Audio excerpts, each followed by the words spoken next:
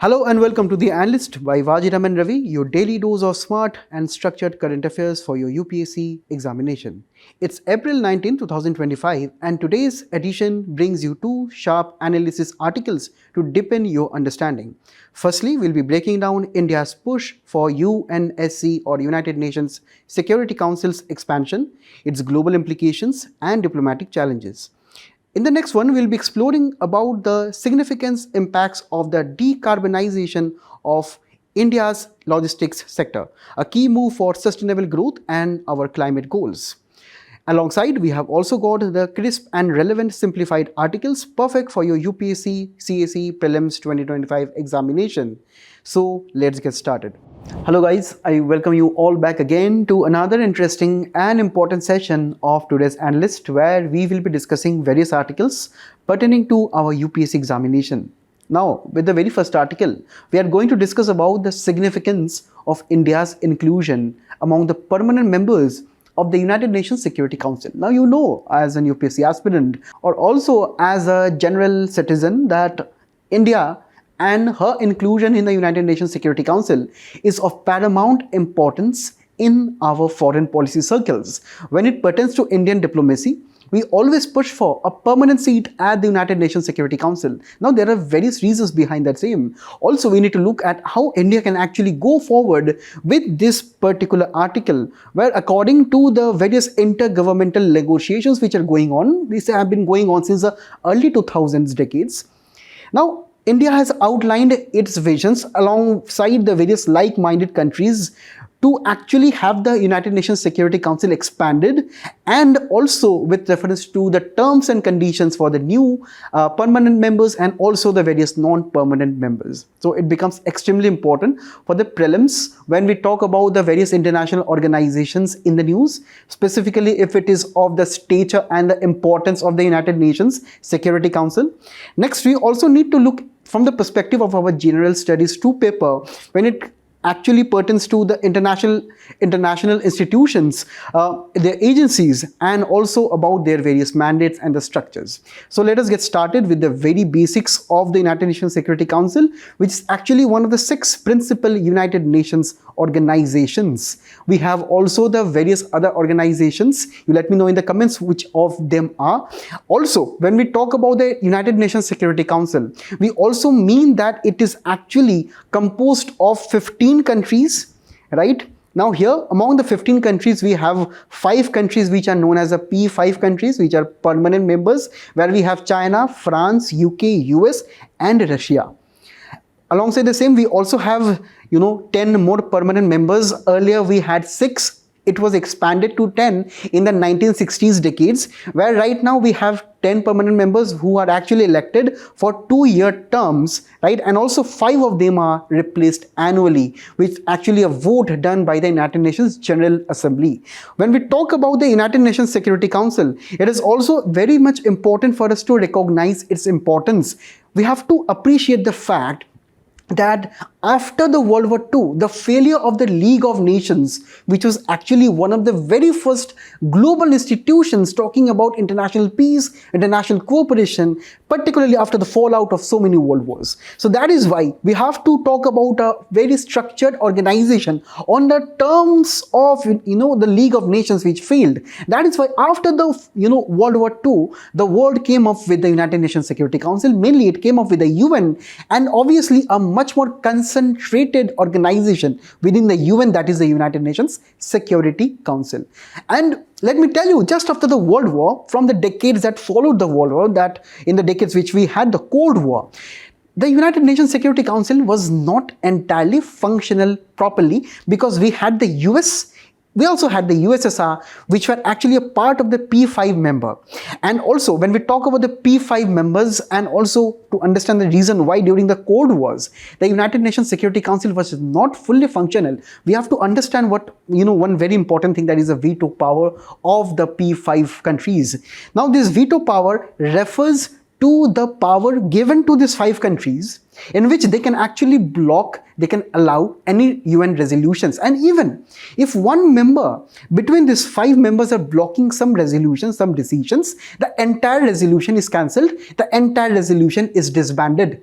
And that is actually what was prevalent during the Cold Wars. So the US used to block one, the USSR used to block another, and that is why the United Nations Security Council was not actually fully functioning. It was after the Cold War. It was after the 1990s that the United Nations Security Council became prominent, mainly in the various international issues, with the emergence of US as a strong force. Mainly after 2000s, we also saw the rise of China over a period of time. During that, we also have seen right now how China has been using this veto power to block resolutions, pertaining the inclusion of India as an example to the United Nations Security Council, or say the various other conflicts which are going on. The Chinese veto power is extremely crucial right now in the present times. And that is why we have to understand the other side also. The non-permanent member do not have any veto power. They can give advice, advisory role and those things, but not a pertinent amount of veto power. So that is why, to sum it up, right, we have to understand that right now, as of now, the United Nations Security Council is one of the main institutions responsible for peace and security in the entire world. In this regard, it also has the United Nations peacekeeping force, which uses military force to enforce peace in some of the countries. In the recent times, we have had so many issues in the African nations, in the various other parts of the world, such as Latin America, where United Nations peacekeeping force actually intervene. And let me tell you, India is actually a very big contributor when we actually talk about sending our forces, our personnel to the United Nations peacekeeping forces. And that is also what we have to understand, that in any instances where some of the members of the United Nations are actually not following international law or order, or say are embroiled in military conflicts, coup and so on, so the United Nations Security Council can actually intervene by imposing sanctions, even via military interventions. And whatever the resolutions that they propose, they are binding on the member state. So that is what we have to keep in mind, that it is an institution of such important international stature. And that is why we have understood that India is not within the P5 members. And obviously, when we look at India's credentials, it is actually the world's largest democracy, consisting of around 1.4, soon to be 1.5 billion people of the entire world. So we have to understand that we have such a large population, which is a part of our own natural resource, and also it is a part of the entire world's demography when we consider that India is a significant chunk. Next, it is also 5th largest economy. Soon it will be becoming the 3rd largest economy, right? And here we also have to understand that it is a major peacekeeping contributor. Finally, India is also 8-time non-permanent member. The latest was in 2021-22 year. And that is why we have to understand why India demands the inclusion of itself in the United Nations Expanded Security Council.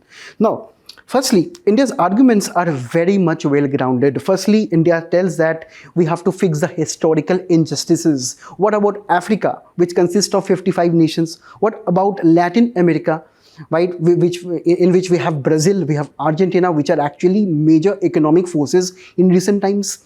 What about Asia, which is only underrepresented because we have China, who is representing 4.7 billion population of Asia?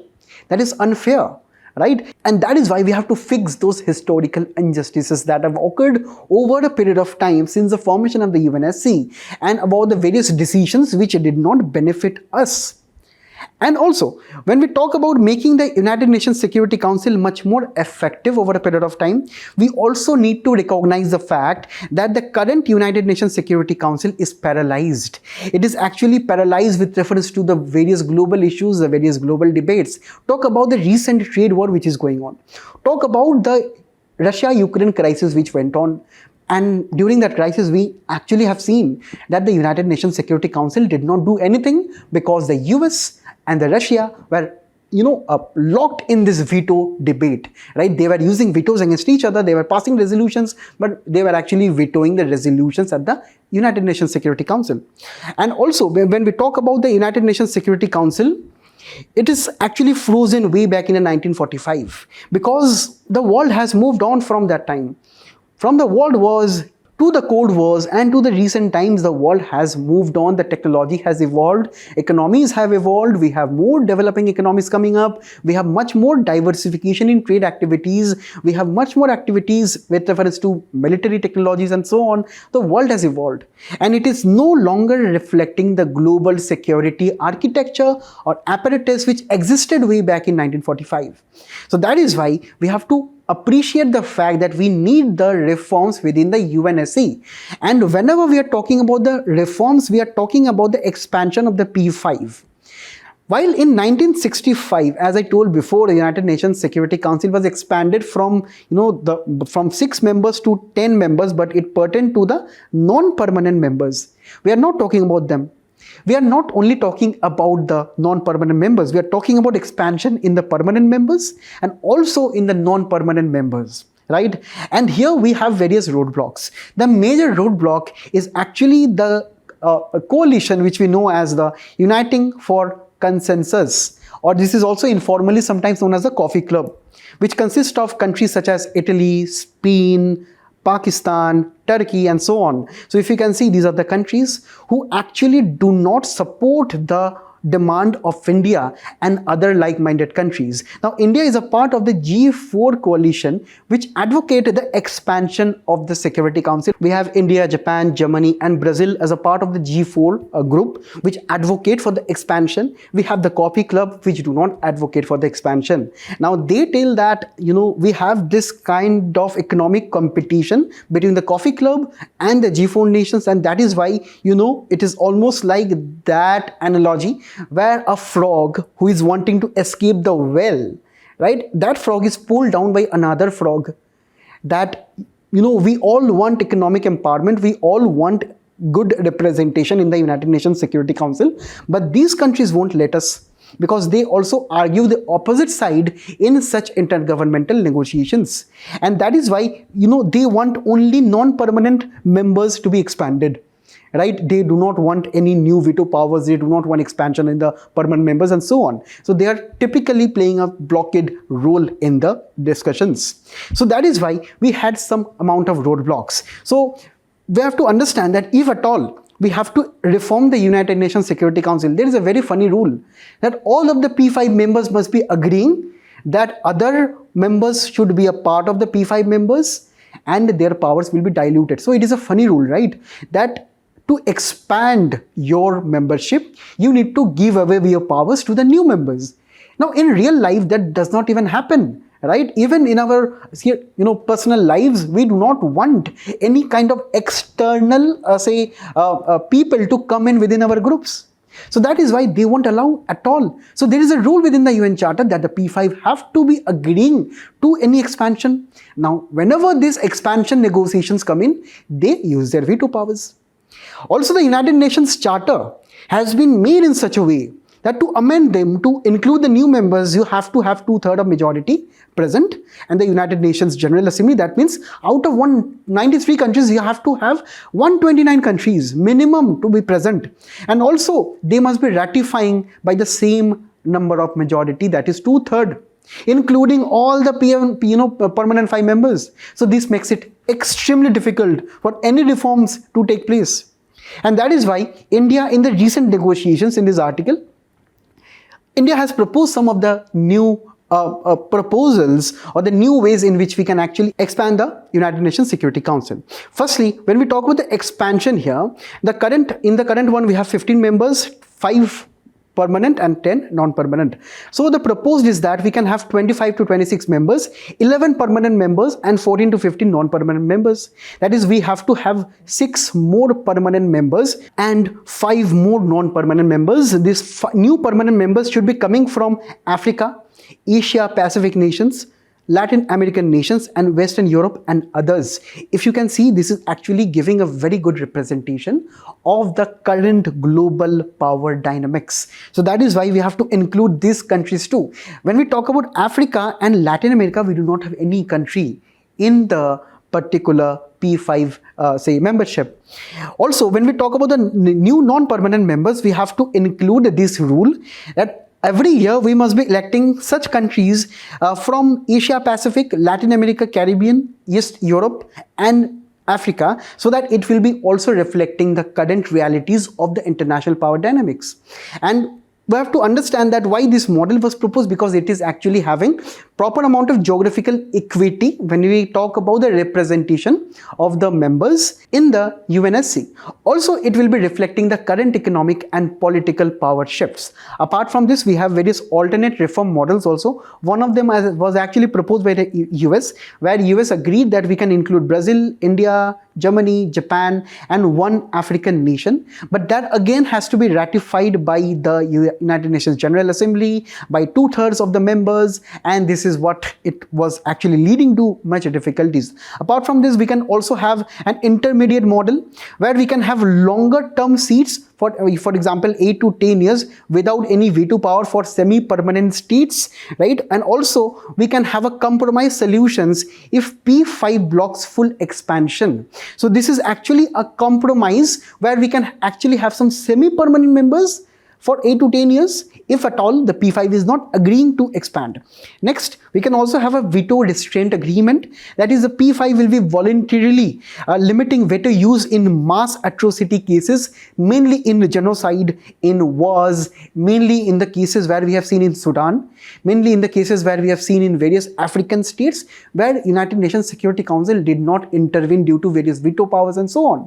So that is what we have to understand, that this is actually one of the most important things we can talk about. Next, we can also have regional rotation for permanent seats. In my opinion, this is the best solution. We should not be having any countries on a permanent basis at the UNSC, because the UNSC is actually a very powerful organization.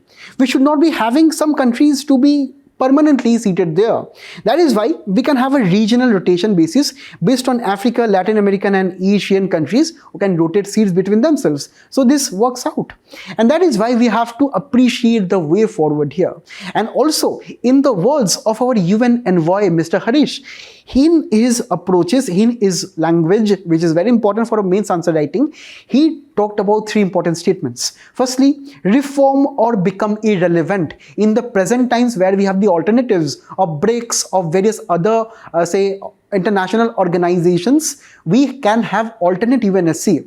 It is just on you to reform, or you can become irrelevant, because people or countries will not be looking at you for any kind of, say, help going forward, right? That is why, please reform, please include the other members in this particular body, right? Also, we must be understanding that expansion must include permanent seats.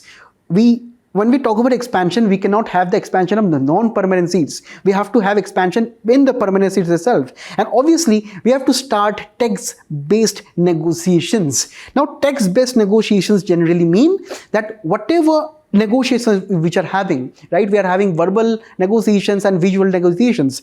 Based on that, we should be having text-based and agreement and consensus-based negotiations at the United Nations General Assembly. Next, India must be lobbying Africa and Latin American countries to garner more awareness for the reforms. Germany on the other side and Japan on the other side should be working on the EU consensus, should be actually partnering with the UK, a permanent member, with the US, a permanent member, and also France, to actually have much more support to include the other members here. And finally, if everything fails, we have to have a plan B. We need to strengthen alternate forums, as I talked before, BRICS, G20, and the various other institutions. You can let me know in the comments. We can actually talk about strengthening those institutions, making India's presence more prominent in their organizations. And also, we can form coalition of the excluded. We can actually talk about the G4 countries, the African Union countries, and the L69, or the other developing countries who also participate in the expansion of the UNSC debate. So these are other countries, including India too, right? We can actually form a coalition of the excluded countries. So in this way, we have to talk about the reforms. If you can look at 2015 mains PYQ, there was a question on the permanent seat in the United Nations Security Council. We can try to attempt the answer, but also before that, try to solve this in the comments. That is a 2009 UPSC prelims PYQ, and also there is a mains practice question as usual for all of you, right? You can also practice this and let me know. Guys, in the second article, we are going to talk about our logistics sector and also about the increasing amount of greenhouse gases that we emanate from the logistics sector. Because in this editorial, the authors argue that India's logistics sector, which is one of the most carbon intensive in the entire world, that means it is heavily polluting in the entire world, needs to undergo a green transformation. And in this respect, when we talk about prelims, we need to talk about logistics and the various government initiatives. And also for GS3, we have the topic of infrastructure, under which we have the topic of logistics sector of our country. Now, at the very beginning, let me give you a very brief overview of our logistics sector. Firstly, when I talk about the logistics sector, it is all about how our goods and services are produced at a particular place and how they are transported and distributed alongside to final consumers. And that is why it talks about the entire supply chain of the procurement of raw materials, transportation of the goods via road, rail, air or sea. It also includes storing them in warehouses and managing the inventory, and finally about the last mile delivery, that is distribution to the final consumers. So this is the entire logistics sector, which contributes to 13 to 14% of our GDP. So you can understand that it is significant when we talk about the logistics of our country and also the GDP of our country. When we talk about the various other countries, when we actually talk about the comparison of India's logistics as a part of the World Bank Logistics Performance Index 2023, right? We have to understand that India actually got a score of 3.4 out of 5. When we compare the same with China, China is at 3.7. US is at 3.8, Canada is at 4, right? Also, when we talk about other like countries such as Brazil, it is at 3.2. So we can actually try to understand that with reference to China, US, Canada, and even Australia, we are behind in logistics. And that is why we need to try to develop this sector even much more with better rigor. And this sector is having great economic potential because as of now, it has been creating worth of 20 lakh crore of net worth industry in the country, and will be adding 10 million jobs by 2027. Also, the implementation of the GST in recent times have actually reduced the logistics cost by 4% by totally streamlining the tax returns, filing of the returns of the GST and making it much more digital over a period of time.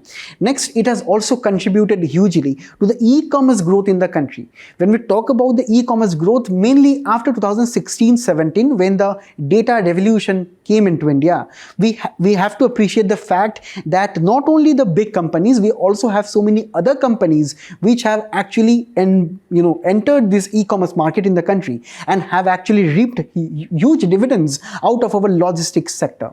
But we have to understand, when we talk about the various logistics mode, for example, road, rail, waterways and airways, one of the most important challenges is that roadways is capturing 68% of the share in the freight, right? That means that we as a country use mostly our highways and roadways for the transportation, and these lead to congestion, this lead to high fuel costs, and this is generally the main reason why we have huge amount of greenhouse gases, right? And that is why we have so many government initiatives such as Delhi, Jaipur, electronic highways.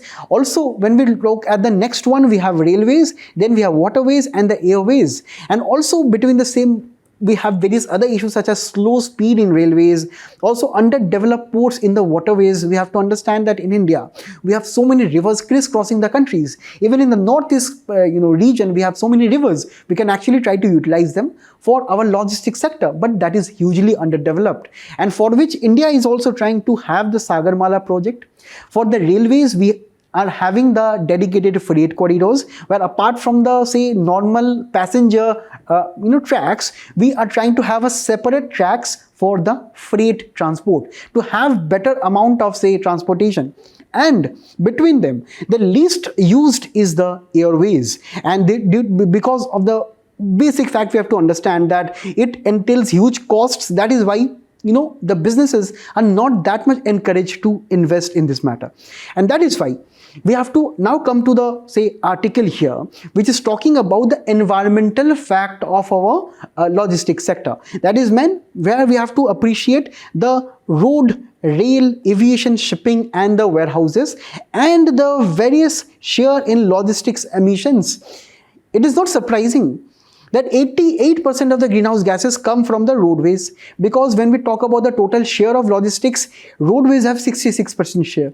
And so that is why we have to understand that between all of the sectors, roadways is the most polluting, where we have diesel dependency, where we have traffic congestion leading to greater amount of greenhouse gas emissions. Also, when we talk about the rail, that is actually very low at 5%, right? It is lower because we right now are using increasingly amount of electrified trains, but it is underutilized due to the non-completion of the dedicated freight corridors, which are running into various amount of delays. Next, when we talk about the aviation, it is only contributing 4% again, because simply not many businesses use it, because it is very much costly. And also, whatever the fuel which we use in our aviation, the aviation turbine fuel, that is also hugely polluting. And also the green fuel alternative is not yet fully available. When we also talk about the shipping, right, we are trying to have the clean fuels in the sector, but that adaptation is also very slow.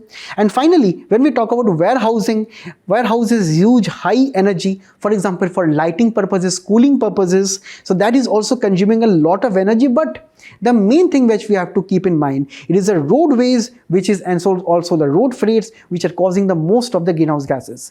And that is what we have to understand, that this logistics sector, while contributing 13-14% of our GDP, it also consists to 13.5% of total India's emissions of greenhouse gases. So that is what we have to reduce it if we have to achieve net zero by 2070. This is actually a part of our Panchamrit targets that the government of India have actually decided upon, which is actually the 5 targets which we have. Alongside, we have 1 targets where we have to have achieved net zero by 2070. That is, whatever we are polluting to the environment, we have to take it back via various technologies, via afforestation and so on. Now in the comments, you let me what are the 4 more targets are. And also, when we have to keep in mind that the clean logistics is actually about long-term growth plus lower future costs. And that is why India must be trying to learn from the global best practices. Firstly, if India needs to have greater environmental economic benefits, we need to talk about using these 4 approaches. Firstly, we have to actually try to move freights from roads to rail. We have to shift from using roads to the rails, because China is using 50% of its freights via electrified railways. Also, USA is using the railways, where these railway tracks are, or say the railway transportation is causing 75% less emissions than the trucks. So India's potential here is that only 27% of the freight moves by rail, despite 90% electrification of the railways in the country. Also, we need to have the target of doubling the rail share to 40 to 50% by 2030.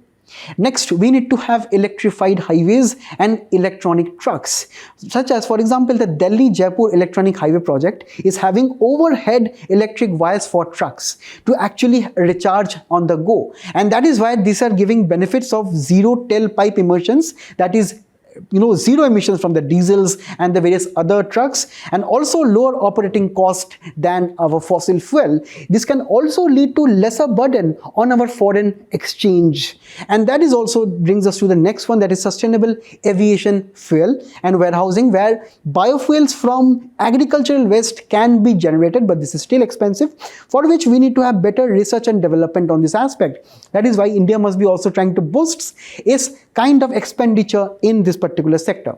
Next, for warehousing needs, for electrification and cooling needs, we can actually have solar paneled warehouses, where we can have rooftop solar panel, or also we can have AI electricity or energy management to actually talk about the various other energy uses in the warehouses and how we can optimally try to reduce electricity use over a period of time. Finally, we need to actually migrate to green maritime transport, because the IMO target is that we must be cutting 50% in shipping emissions by 2050. So that means that to promote freight, to promote logistics sector, we cannot promote fossil fuel led marine ecosystem. We have to go for LNG powered vessels such as liquefied natural gas and also solar electric boats for inland waterways. So in this way we can actually try to decarbonize our logistics sector, and the main economic benefit is that when we try to implement all of this in our rail freight network itself, we can actually try to increase it to 40%, and this will be leading to 50 million tons of reduction in the carbon dioxide or greenhouse gas emissions, right? When we talk about migrating to electronic trucks, and it can also reduce up to the tune of 25 million tons per year, and finally green warehouses can reduce it to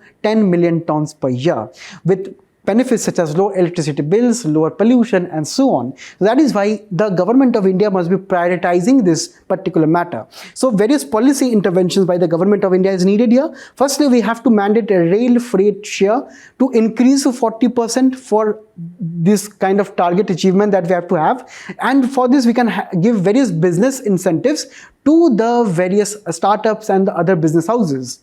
Next, we have to subsidize electronic trucks by and also improving the charging infrastructure. If we look at the map here, we only find the state of Karnataka which is having most of the charging stations or the EV charging stations. We have to increase it to the rest of the country, because when we talk about the logistics sector, our truck can go from Delhi to Karnataka and from there to Odisha and West Bengal and even to Northeast India. If we do not have charging stations, that electric truck simply does not have any purpose. So that is why we need to spread more and more amount of infrastructure in this.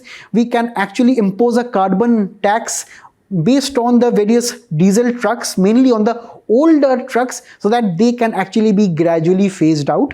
Next, we also can certify the various existing warehouses to green warehouses, for which we can actually give certificates. We can actually try to have a certification. Also, we need to work on the technological aspects also. We need to have greater amount of push, mainly by the startups, to manufacture hydrogen trucks. AI driven route optimization can also be a reality, because right now we have so many highways under construction and also so many roadways between the various states, due to which we also have various construction activities, infrastructural activities, causing immense amount of delays in transportation. So we have to use technology to actually look into the delays and reduce the congestion using artificial intelligence, where we can also have another aspect of smart grids for highways. For fueling the electronic highways, we need more amount of renewable energy or solar panels just beside our highways, so that the solar panels will be generating the energy that the trucks or the cars on the highways will be needing. Also, the private sector must be appreciated, because we have Flipkart, Amazon, also the JSW Steel, which are adopting electric fleets of various, say, their operations, their warehouses. Also, Adani Ports recently have been testing hydrogen powered cranes. So they will also be uplifting this logistics sector of the country. Now at the very end, we have as usual a question for all of you. So please do practice this. And also in the introduction, you can actually talk about the Gati Shakti master plan, which is actually to revolutionize India's infrastructure, to have one of the main objectives to have better amount of logistics in the country. So in the intro, you can actually give a reference to this scheme. And with this, now I will be moving on to the simplified articles. Now India got its very first atmospheric monitoring station at Jammu and Kashmir, and it becomes extremely important for our prelims to talk about India and world geography and also the various geographical events in this particular article. Also, when we talk about GS3, we have to also talk about indigenization of technology, because this is an indigenous effort of the first atmospheric monitoring station in the country. If you can look at it, this center was established by the Central University of Jammu, Ministry of Earth Sciences, and the ETH Zurich. The main focus of this center, of this institution, is to form studies, research on the ice nucleating particles, to study into the cloud dynamics, precipitation, and atmospheric chemistry, mainly to have better amount of research and development, and also with a focus on disaster management, mainly looking into the Himalayan region and the various atmospheric conditions in this region. Also, this climate center is meant to carry many types of observations related to weather and climate. But here we have to mainly focus on the ice nucleating particles in the next slide. Also, when we talk about this particular center, this is yet to become a part of the World Meteorological Organization's Global Atmosphere Watch Network. As of now, India does not have any Global Atmosphere Watch Network, because this is actually one of the reasons why India was lagging behind, and that is why this initiative is in the news right now. And also, you have to understand that in these areas of Himalayas, at these locations, the clouds literally come to you.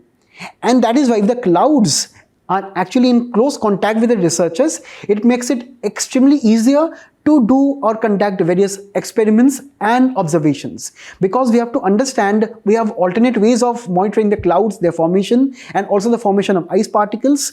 But we can actually send a drone or aircraft which will be driving up our costs only, and that is why these stations are much more economical, and also this is actually the first in the country to look into this matter. Now, when we talk about the main focus of this station, it is about studying not only the atmospheric conditions in the Himalayas, but also the formation of the ice nucleating particles. Now, these ice nucleating particles are actually extremely important when we talk about the formation of clouds and also the precipitation of snow in the mountains. We have to understand and appreciate the fact that clouds form when we have water vapor, right, which rises up and cools down when it reaches a particular altitude. And whenever we have to understand it cools down on particular small particles such as dust, bacteria, soot, etc., which actually help the water to rest upon and the water to freeze upon. So whenever we have water vapor in contact with these particles, the water vapor freezes and this forms ice crystals in the clouds, and this eventually, when it actually reaches a particular density and weight and volume, it comes down as rain or snowfall based on the altitude. And that is why these INPs enter the picture to facilitate and speed up the process. So when we talk about this INPs, these particles such as dust, soot or bacteria or pollen, right? So these have special properties which help to convert water vapor into ice crystal. Their structure is similar to crystal, right? And also this helps to attract water. And here we have to understand, without these INPs, ice crystal formation is not possible, because even at minus 35 degrees, if we do not have INPs, water droplets will be in the air frozen itself. But it is due to the presence of these INPs that even at minus 5 to 10 degrees Celsius, we can easily have these ice crystals, and that is why it can actually snow, correct? And that is why that is actually very important to understand that they affect climate change, right? If we have a proper amount of study architecture for this particular matter, we can actually look at any clouds in the mountains, specifically in Himalayas, their lifetime, precipitation intensity, and also the rainfall location. And mainly in the Himalayan ranges, in the Himalayan region, we do not have a particular weather monitoring station at the atmospheric level. And this is why the impact is very important to understand. Firstly, when we talk about weather forecasting, it will be helping in better forecast the weather, because a thorough study of the INPs tell us whether these assumptions regarding various weather and the various INPs and the formation of the ice crystals are true or not. We have so many assumptions, right? We have to prove this through this particular station. Also, when we talk about say scientific research, it is also helping us understand cloud chemistry, precipitation formation. When we talk about India's global role in this matter, it is a step closer to joining WMO's global atmospheric watch, because we have to understand that this is actually creating a standardized and unified database of atmospheric processes through a network of laboratories throughout the world. So these laboratories are located at such locations to understand the formation of these ice particles, and also this will be making the observations of the greenhouse gases, solar radiations, aerosols and various other matters in this particular region. So basically we have to understand that India does not participate or contribute to the GAW as of now, but with this station constructed, it will be a major contributor. And also we have to understand this Udhampur station is at a particular location where we have the least amount of human interactions, and these particular studies and research are extremely important to be conducted in such isolated areas, and that is why in such remote and quiet locations this station will be actually be helping us study better this particular phenomena, right? So we need to have better Himalayan monitoring, and we need to find the gaps in our weather forecasting models, because until and unless we are present in the Himalayan say landscape, we actually cannot talk about the weather forecasting region here. And also Himalayan region is actually one of the biggest global climate hotspots, and that is why we need to study them even much more better. And lastly, we have to understand that India is closest to the Nepal JW, which is the nearest as of now, and with this we can actually include India, and also we can actually attract more and more scientific talent, because these stations will be creating a new breed of meteorologists, of scientists to actually study our atmosphere. So that is why it brings me to this 2022 PYQ or prelims. You solve this in the comments and let me know what is the answer. Trump and his tariffs are always in the news, right? We have so many articles on a daily basis on the various economic implications, the political implications, and the various other boring implications of Donald Trump's tariff. Even he is so much bored that he is gradually also pulling back all the tariffs right now.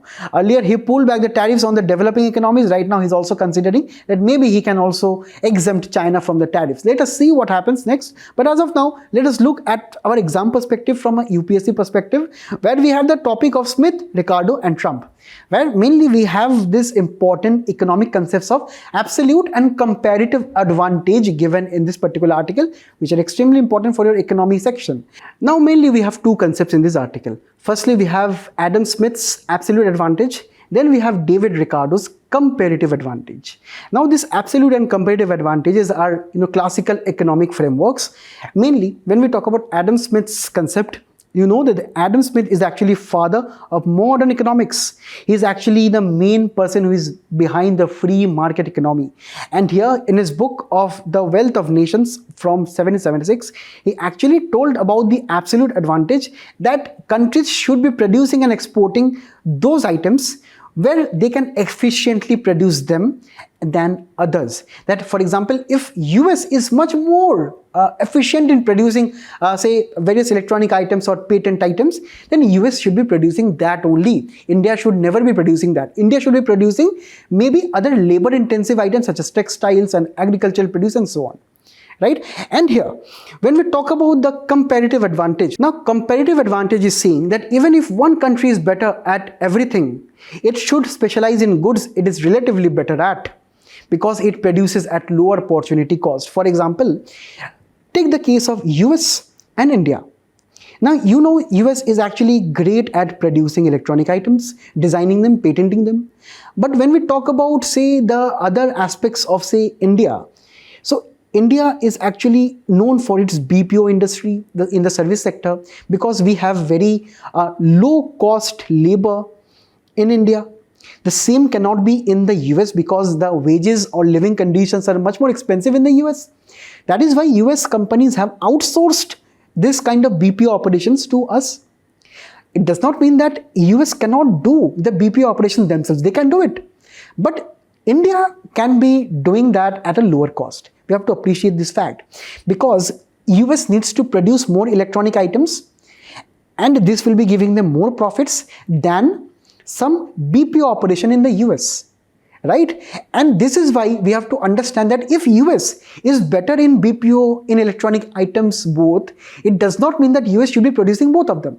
US must only be producing the electronic items, leaving the BPO and the call center to be done at the India level itself. So that is why we have to understand that when we talk about comparative advantage, it is always we have to compare between two countries and what is the opportunity cost between the two countries. Now, opportunity cost simply means that if US is involved in the electronics sector, or say in the manufacturing sector, in the say electronic sector, right, we have to understand that to have better amount of electronic patents and so on, US should not be wasting its time on the BPO itself. So if it is investing too much time in the BPO sector in the US, it is wasting its opportunities, and that is why the opportunity cost is also very important factor here. And hence Ricardo told that in this manner everyone gains from trade, because every country should be having some of the various comparative advantage.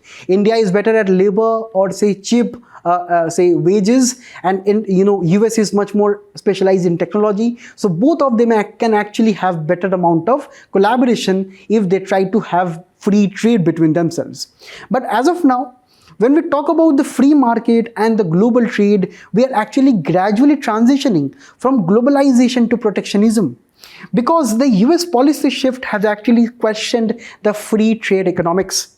Because right now the focus has shifted to self-sufficiency in critical sectors such as semiconductors especially. If you can actually look at the semiconductor manufacturers all around the world, we generally have Taiwan, South Korea, US, China, right? But when we talk about a particular country such as China and Taiwan, they are much more ahead in semiconductor manufacturing than the US, right? And also, we recently have seen high tariffs on imports to protect domestic industries. Also, we have seen huge government subsidies given to boost local production. So this is the condition we are not only seeing in the US, we are also seeing this in India. As of now, we have subsidies like the PLIs, we have tariffs on various Chinese items, we have actually protectionism against these kind of activities to promote our own local industries. But we have to understand this is actually away from the globalization issue that we have advocated so far. But when we talk about the US, why US is actually moving away from Ricardo or Smith's ideas? Because US over a period of time have grown dependent on China, on Taiwan, on other countries for the supply of crucial minerals, crucial materials such as semiconductors. Also, US has acknowledged the fact that during COVID-19, during Russia-Ukraine crisis, we have had this kind of supply chain issues, and that is why we have to diversify right now, and mainly we have to bring back protection to the US shores. And finally, there are increasing amount of fears of geopolitical tensions. For example, the China-Taiwan conflict, which can also limit the total supply chain of the semiconductors.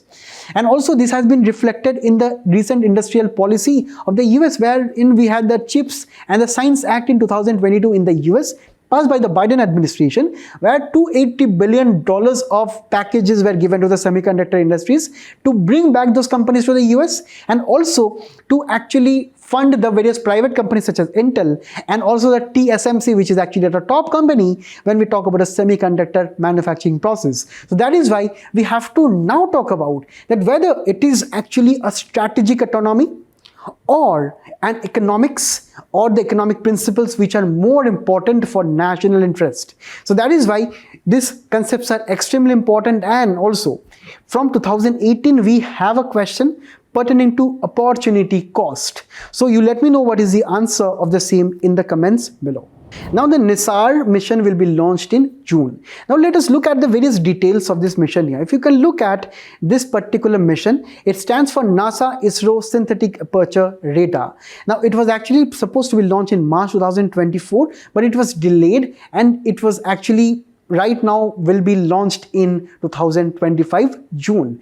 Now ISRO will be launching it, right, and it will be using the GSLV, and it will be launched at the Satish Dhawan Space Center at Sriharikota.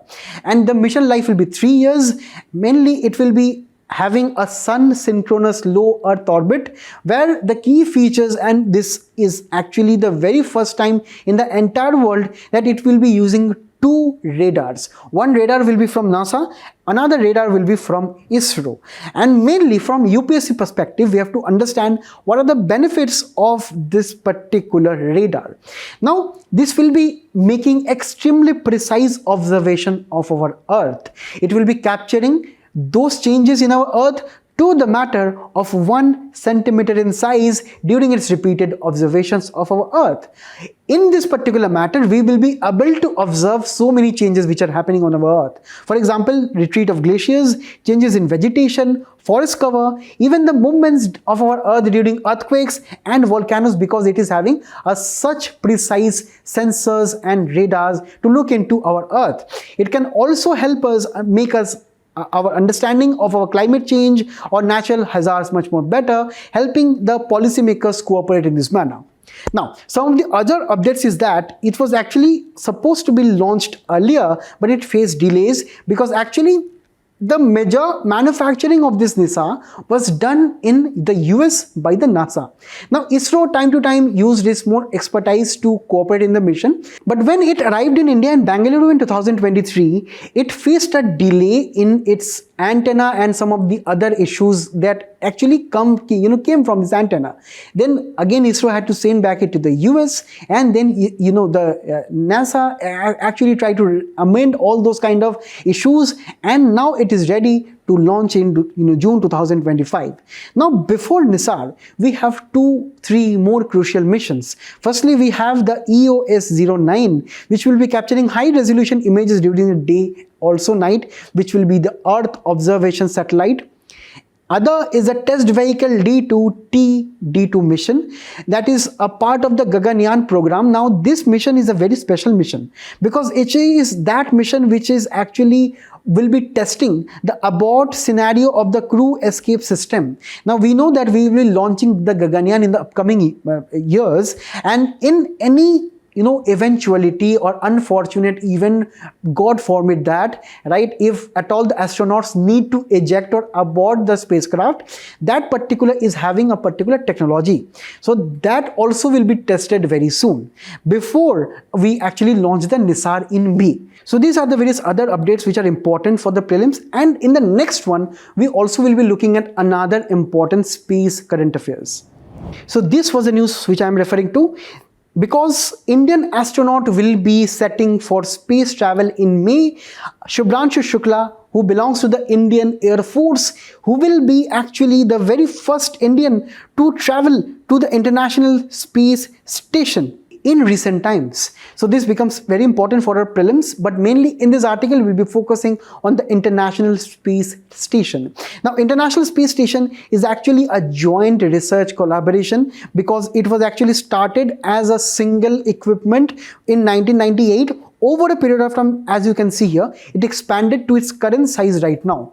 Because over a period of time, countries such as US, Russia, Japan, European countries, and also Canada, they added various components within this, right? And it was launched in 1998 initially, and it was continuously updated piece by piece. So you can actually think of it like a Lego model, which actually grew in size over a period of time across 40 plus missions.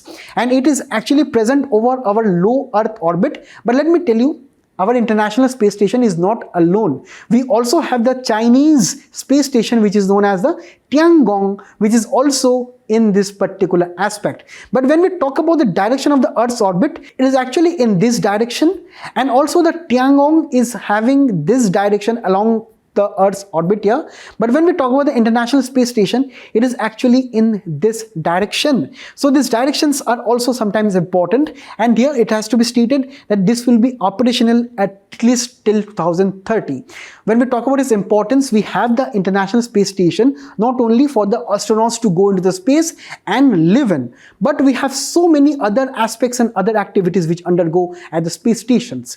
For example, for scientific research, for carrying microgravity studies with reference to DNA, robotics, human health, everything is possible at the ISS. Also, when we talk about the impact of radiation or say the disease formation in the space, we also need to conduct studies isolated from our Earth. So that can be done at the ISS. Also, this is a rare example of US, Russia, EU, Japan collaboration, right? And also when we talk about the economic growth, because many businesses right now are sending astronauts, many say specialized equipments, many startups are also testing the technologies at the ISS, such as 3D printing, satellite repairs, and so on. And finally, whenever we are thinking about moon or Mars colonization, which is a figment of imagination of Elon Musk, ISS and various other space stations which will be coming up in the future, they become extremely important because space stations will be almost like hotels in the future, where you can stay for a temporary period of time and then you can head off to moon or the Mars, right? So this is a science fiction in the upcoming times.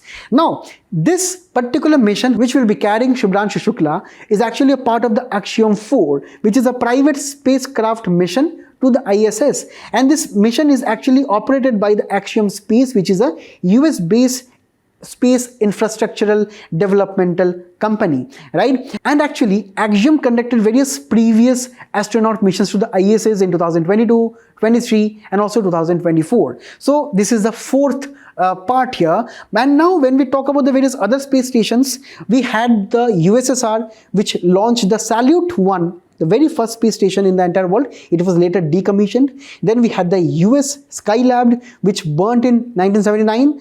Also in Russia launched Mir, which also crashed into the Pacific. Then China launched the Tiangong in 2022, correct?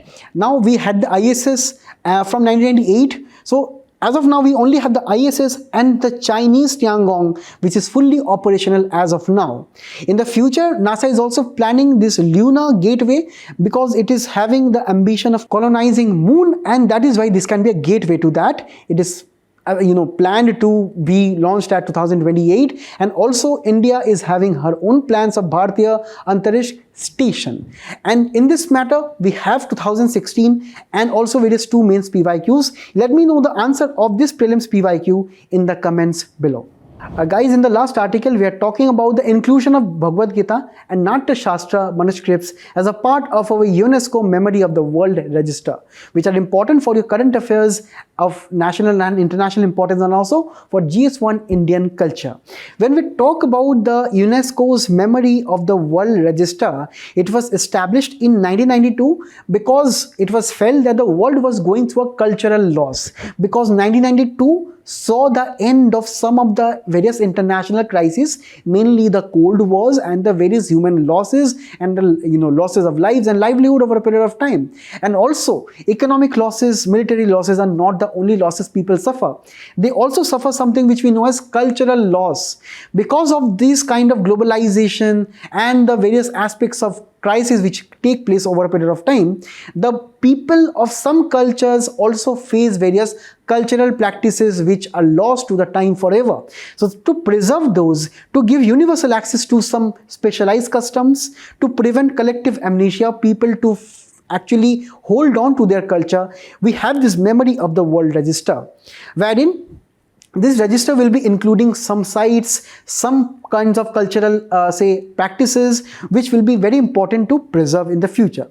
Now when we talk about the selection of the same, the governance board of this particular register is consisting of International Advisory Committee, which will be having 14 experts, and also various regional and national committees to recommend various cultural practices from their countries to be recommended to the International Advisory Committee, and finally to be declared as a part of the UNESCO's Memory of the World Register. So far we have 570 entries, for example from countries such as pyramid texts from Egypt, from Germany we have the Gutenberg Bible, and also from China we have Confucian classics.